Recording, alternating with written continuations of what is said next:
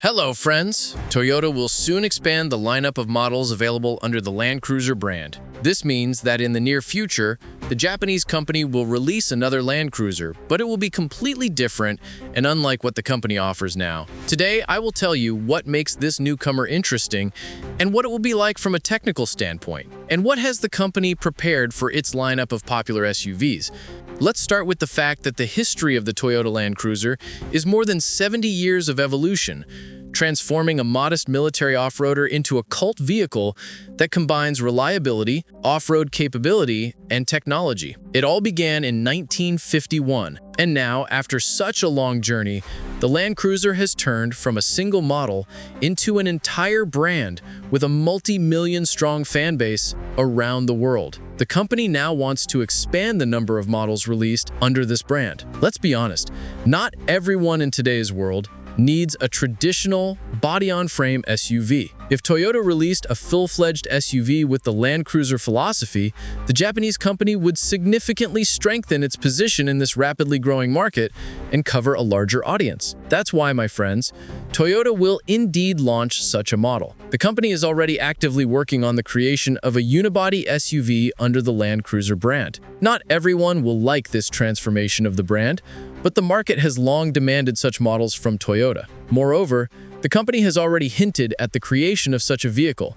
We are talking about the Land Cruiser SE concept. It will serve as the prototype for the new model, and Toyota will borrow the main design solutions from it to shape the image of the new Land Cruiser. This will be a very sleek car, but with angular design, hidden door handles, and slim modern lighting. Looking at this concept, it becomes clear that Toyota is not just reacting to trends, but is building a strategy for years ahead. Demand for sedans is gradually fading, and manufacturers who rely only on them risk losing the market. In this sense, the decision to shut down Lexus production in the US looks very logical, as it frees up space for truly promising projects, particularly for the new Land Cruiser, which technically will be a very interesting product, and that's what I'll tell you about now. Remember earlier this year when Toyota presented an amazing 2-liter 4-cylinder engine that, in its top version, can deliver 600 horsepower? Well, Toyota has big plans for this engine.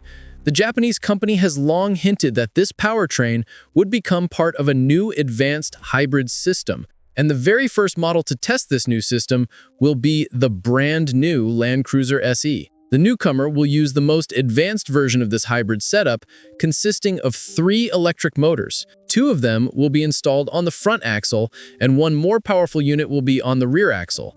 Such an architecture will allow for all-wheel drive and the simulation of all types of locking differentials, just like on a classic gasoline Land Cruiser, which is, of course, a huge plus. At the same time, some of the electric motors can be switched off during regular driving to save energy and resources. The heart of this system will be that very same 2-liter turbocharged 4-cylinder engine. However, it will be a detuned version with 300 horsepower. To put it into perspective, the new Land Cruiser SE will become the most powerful member of the lineup and will be oriented toward dynamics and sportiness. This is the niche that the Land Cruiser has always avoided. Taking into account all the motors, the system will deliver 620 horsepower and 800 Newton-meter of torque, which is very impressive. Perhaps we will live to see the day when a Land Cruiser with 600 horsepower appears on the market. This will also be the most dynamic Land Cruiser, with 0 to 100 km/h in about 5 seconds, a real breakthrough for Toyota. The company also plans to release a fully electric version, which will be sold alongside the hybrid, though little is known about it yet.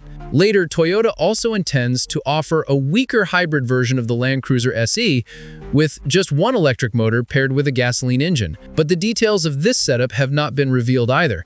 The main markets for the new model will be the US and China, where the SUV will feel right at home. If you think that this is a kind of betrayal on Toyota's part to release such a Land Cruiser, I would say that Toyota is acting in a very pragmatic way. The company understands that competition with the Chinese, Tesla, and Korean brands requires launching new cars that can immediately inspire trust among buyers. Using recognizable names is a sort of psychological move. People won't just be buying a new hybrid or EV, but a hybrid Land Cruiser or an electric Land Cruiser, and that's an entirely different level of perception. Moreover, Toyota can capitalize on its reputation as a manufacturer of vehicles that don't break and serve for decades, which is especially important at a time when many still doubt the durability and practicality of hybrids and EVs.